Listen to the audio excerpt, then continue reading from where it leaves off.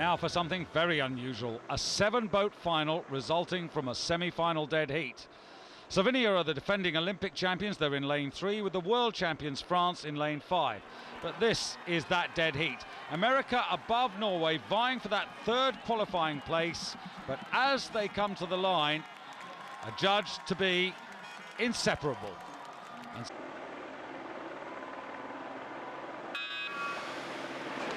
It's a good sight, all those 7 crews going off the start there. You've got 6 white boats for a change, only 1 yellow Empacher boat.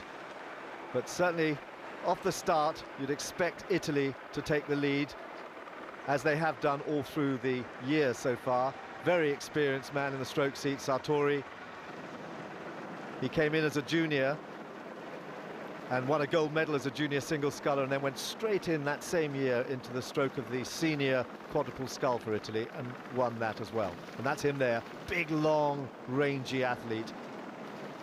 And Galtarossa sitting behind him, very experienced scullers. Yeah, both of them, Dan, multi-world medalists as well as Olympic gold medalists. But the question that intrigues me is really about the Slovenians in picture there, Itstock-Chop.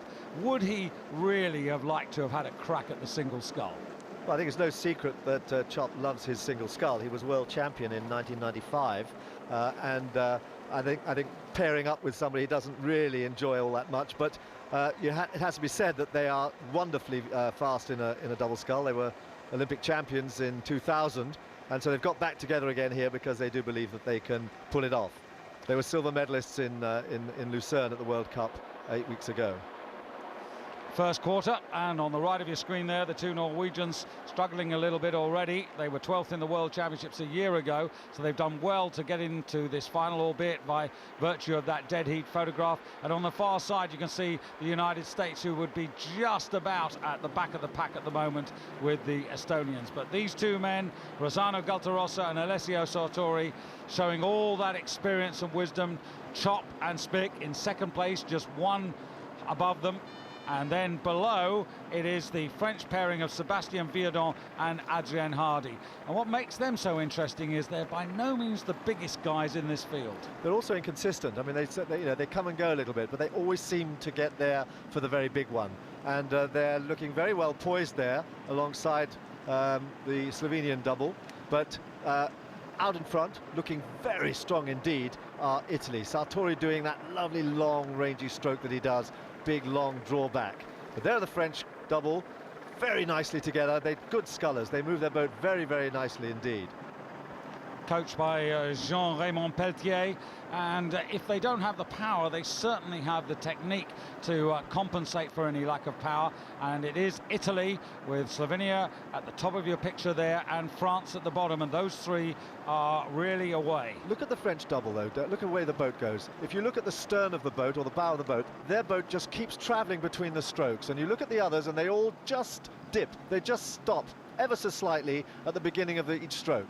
Both the Italians and the Croatians, and the Slovenians. But the French, the boat just keeps running. It doesn't stop or check at all.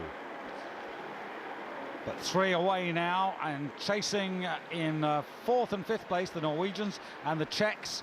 The Czechs, of course, who were the bronze medalists a year ago, so all credit to the Norwegians, who are using them to pace off at the moment, and those crews vying for about 4th place. Italy not getting away, are they, David? I mean, there's half a length there, and the Slovenians are beginning just to eat back at them. They're just beginning to move back at them, and France still just about 2 strokes a minute lower, sitting there, still poised as well. But Italy beginning to struggle. They cannot get away, and you'd expect them really to start to move out here in the 2nd half of the race. Italy, who won this title, the double sculls title, back in 1996 in Atlanta. That was a special pair. That was Abagnale and Tiziano.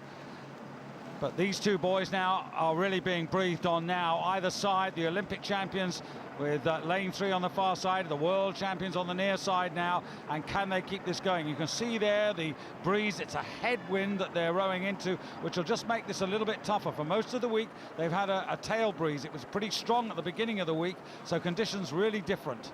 Good shot there of East of Athens. He's a terrific athlete. He's not a big athlete, but he's so powerful because he takes very long strokes and he just keeps going and going and going. There's no checking on him at all. Norway slipping further and further back off the field there because the leading trio are in a race on their own. Look at that now, Italy being swallowed up by France, and France are coming now. France have done a push there which has taken them past Slovenia and now right up alongside Italy. And seamless, absolutely smooth and seamless. It was almost, I was going to say effortless, but it obviously isn't, Dan. But the way in which they took themselves into the lead to really make their effort, their challenge count in the last quarter, that's decisive, and they're continuing the push. Do you remember the pair victory 4 years ago in Sydney, how they came from 700 metres back and just cut through the field? Well, here they are in the double scull. They've done it again for France, and they've moved up right through Italy, and Italy, who are usually so strong in the last 500 metres, beginning to fall back. And again, you're wondering, why is Italy not able to make this year? They seem to be getting tired. They seem to be getting tired over the last 500 metres in all their crews, and they're slipping back all the time. They look struggling. They are struggling. They cannot find the pace. And there's Slovenia in second place. They've pushed through again, but it's France who are sitting up, taking a quick look, and they look terrific.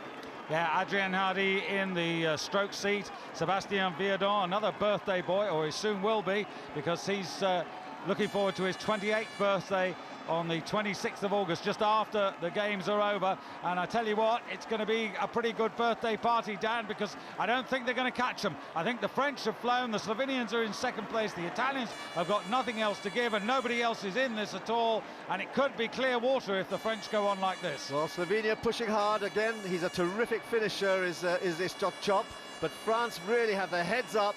Boats is running, and they are 3/4 of a length in front. Nobody's going to catch them. It is victory to France, and it is clear water to the French duo. The Olympic champions Slovenia of 4 years ago must accept second place. Italy take the bronze, and Estonia coming with a real rattle to deny the Czech Republic fourth place. The United States and Norway, the dead heaters in the semi-final, finishing respectively 6th and 7th. 1:36.69 the time for the French over the final 500 metres. By contrast, the Italians, the slowest of all 7 crews in that last quarter. World champions and now Olympic champions. Istok Chop left to reflect on his choice of boat. Galtarossa and Sartori achieving Italy's first medal of the regatta.